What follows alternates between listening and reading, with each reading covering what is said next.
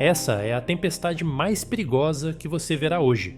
Essa é também a maior tempestade que o mundo já viu. Você não sabia disso, mas se ela tivesse sido ainda mais agressiva, você não estaria aqui hoje. Na verdade, ninguém estaria. A década de grandes descobertas científicas. O Intel 4004, o primeiro microprocessador geral do mundo, foi criado. Arthur Ashkin fez grandes descobertas que desenvolveram a física como nunca antes, e o programa Voyager finalmente foi finalizado, com o envio de 2 sondas até o fim dessa década para explorar Júpiter, Saturno, Urano e Netuno. Mas foi aqui na Terra que um grande evento pôs em risco anos de descobertas e ameaçou profundamente a existência humana, e isso ocorreu bem debaixo do seu nariz. Em 8 de novembro de 1970, para ser mais exato, nuvens que se moviam misteriosamente uma contra a outra foram detectadas por complexos instrumentos de medição meteorológica bem no centro da Baía de Bengala, a maior baía do mundo, localizada na região nordeste do Oceano Índico. O Departamento Meteorológico da Índia preferiu agir com cautela, mas eles sabiam que aquele não era um comportamento normal. Somente olhos atentos e experientes notariam algo incomum. Em setembro de 2024, por exemplo, uma grande depressão climática se movia em uma velocidade constante, cerca de 8 km por hora, percebendo o risco de uma grande pressão atmosférica, ventos fortes e formação de nuvens. Rapidamente, alertas foram realizados para garantir a segurança de vagantes, com orientações e a localização exata do epicentro climático. Mas voltando aos anos 70, o que teria falhado naquele ano? Essas nuvens continuaram se formando ainda mais um dia depois, como mostra documentos oficiais. Em 9 de novembro, não havia mais dúvidas. Os equipamentos estavam recebendo dados que só podia significar uma coisa. Mas o que isso significa agora? Que uma tempestade pequena estava se formando. Mas não se deixe enganar pelo tamanho. Elas podem representar 2 coisas potencialmente perigosas: ciclones tropicais e furacões. Era praticamente impossível estabelecer qual dos 2 fenômenos estava prestes a se desenvolver no coração da Baía de Bengala, mas os dados que chegavam ao departamento eram alarmantes. Não podemos simplesmente impedir um furacão, por isso criamos centros que analisam segundo a segundo as condições climáticas. Esse é um campo minado de antecipação e contingência. Diante de catástrofes naturais, nossa maior arma, às vezes, é correr. Mas no dia seguinte, em 10 de novembro, uma forte tempestade já havia se formado. Dentro do departamento meteorológico, o clima era de tensão. Eles observavam o percurso e a intensidade da tempestade de perto, porque sabiam que cada segundo importava. Esses fenômenos podem perder força antes de evoluir para algo maior e perigoso, mas o oposto também acontece. Eles se intensificam, ganham forma, tração e uma direção clara. Infelizmente, naquele 10 de novembro, a direção era a costa do Paquistão Oriental. Sua velocidade, posso dizer que no mínimo era atípica. Já não tinham dúvidas, os especialistas assustados e quase sem reação estavam lidando com uma tempestade tropical completa. Não era a versão pequena, menos perigosa que poderia originar ou não um furacão ou um ciclone. Todos tinham certeza de que um dos eventos iria ocorrer. Eles só não sabiam ao certo qual ainda. Mas era questão de tempo, eles descobririam logo em seguida. Muitas pessoas na Bahia não tiveram a mesma preocupação do departamento. Acostumados a tempestades como aquela, eles ignoraram as nuvens densas e escuras que se aproximavam. Enquanto elas se aproximavam, trazendo um risco real de um furacão, as pessoas seguiam com suas vidas. Se elas pudessem voltar no tempo, com certeza entrariam dentro de uma máquina e apertariam o botão tão forte que iriam para o período Jurássico. Mas naquele dia, até aquele momento, ninguém estava acreditando muito no que estava prestes a acontecer.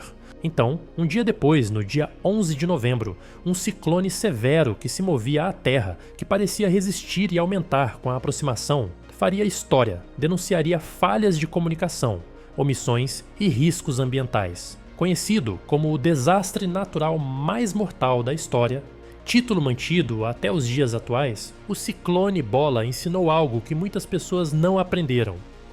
Ensinou o que acontece quando uma tempestade sem freios, intensa e mortal se aproxima da Terra. Ensinou também que quando uma tempestade ganha tração, ela não pede licença. Ela poderia se tornar facilmente a destruidora do mundo se quisesse. e nós só iríamos assistir de camarote. Mas lembre-se que naquele momento que o alvo ainda era a costa do Paquistão Oriental. Não que isso representasse um grande risco aos habitantes daquela região, pelo menos eles não achavam que aquilo fosse algo que merecesse preocupação. Você deve imaginar agora que as pessoas simplesmente ignoraram avisos, recusaram ajuda e decidiram bater de frente com uma tempestade por pura ignorância. Essa última afirmação é a única correta. O problema é que o Paquistão Oriental não investiu em sistemas de emergência.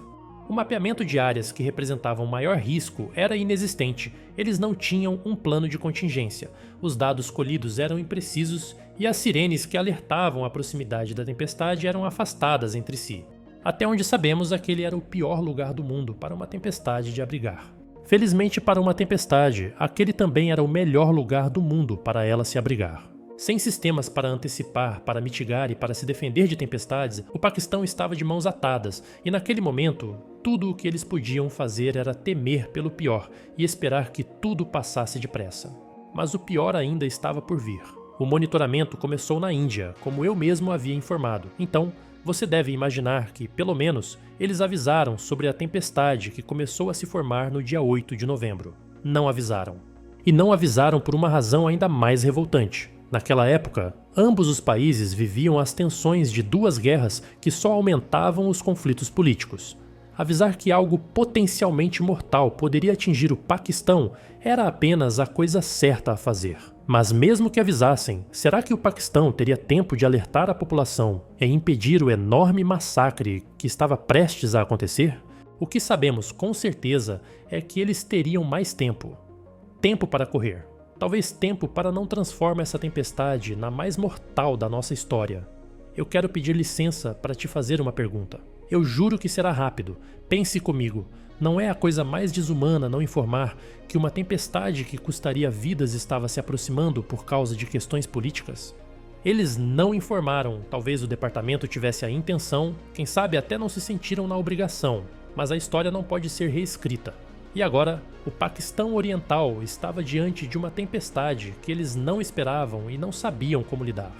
No dia 12 de novembro, a tempestade aumentou as apostas. Durante a noite, ondas enormes se formavam, movendo a maré diante. O que controlava essas ondas inéditas não era a tempestade em si, mas algo que estava acima de todos: uma lua cheia.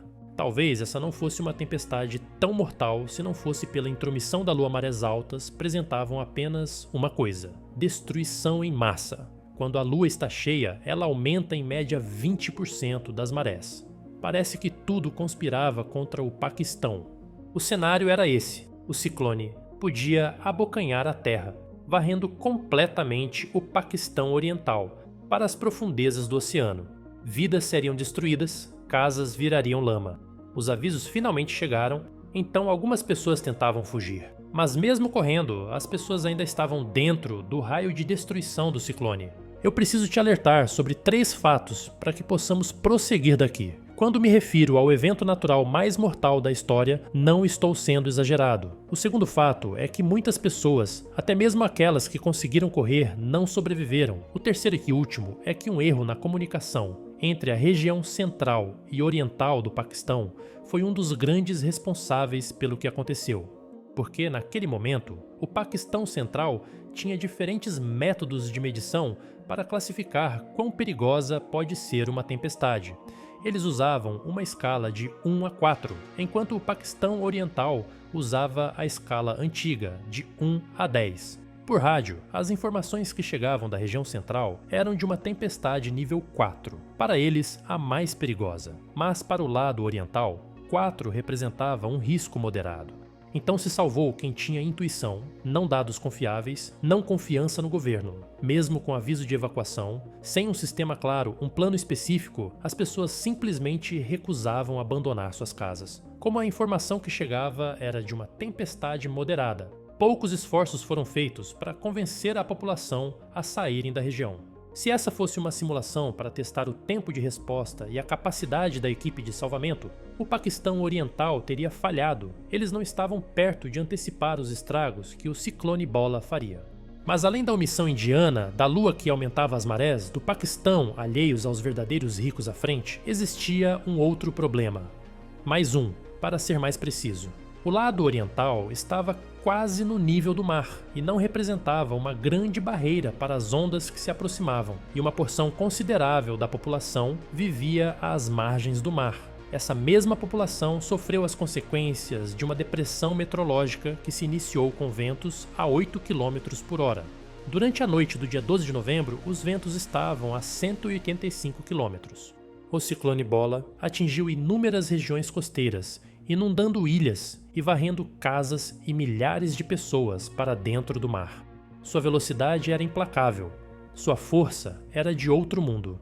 Uma chuva tão densa e forte que poderia cortar um guarda-chuva com apenas uma gota. Uma das características do Paquistão Oriental era a existência de ilhas com poucos habitantes. Essas populações foram completamente dizimadas. Enquanto áreas mais desenvolvidas, como a Tana de Tazumuddin, o local mais assolado pelas ondas, quase 50% da população sucumbiu ao ciclone.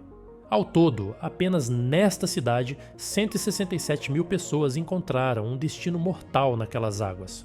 Ninguém podia impedir o curso da tempestade, mas para aquelas pessoas, ela poderia ter sido antecipada. Essa é a diferença entre morrer e sobreviver. Porque, na verdade, isso define se você estará na lista de quem sobreviveu ou se participará da lista das 500 mil vidas perdidas. Pessoas que corriam para fugir das marés mal conseguiram se afastar de suas casas. Pessoas que preferiram ficar em casa desapareceram com seus familiares e seus pertences. Poucas casas resistentes, especialmente algumas com 2 andares, abrigaram sobreviventes. As ondas chegavam aos 6 metros de altura, mas muitas vezes ultrapassavam esse limite. Essa catástrofe durou apenas 8 minutos. Tempo suficiente para entendermos que apenas uma coisa poderia salvar a vida daquelas pessoas: estar longe do ciclone. Mas mesmo que você fosse proprietário de uma casa resistente de 2 andares, os ventos fortes poderiam arrancar seus telhados e destruir os alicerces. E subitamente você, como a maioria das pessoas ali, estaria lidando com ondas gigantes. E ainda existiam aqueles que, desavisados sobre os ricos reais da tempestade, estavam no mar para a sorte de Rai, que tinha hábito de pescar com os tios e os primos na Baía de Bengala, saindo da ilha de Manpura. Ele tinha 18 anos na época, mas sua função no barco não era simples. Ele jogava as redes que retirariam do mar, peixes frescos, e alimentariam sua família durante o jantar. Só que, no dia 12 de novembro, a maré não estava realmente para peixe. Manpura era uma das regiões mais assoladas pela falta de comunicação. Os moradores só se comunicavam através de rádios com alcance reduzido. Para essas pessoas, isso significava apenas uma coisa: morte. Alertas de rádios foram emitidos quando era tarde demais. O que eles captaram, com certeza dificuldade, foi um alerta nível 4. Como sabemos, o lado oriental entendia esse aviso como um risco moderado. Os tios de Gai só entenderam a gravidade quando um segundo aviso por rádio interrompeu os protocolos formais. Do outro lado, o locutor gritava: "Grande perigo se aproximando".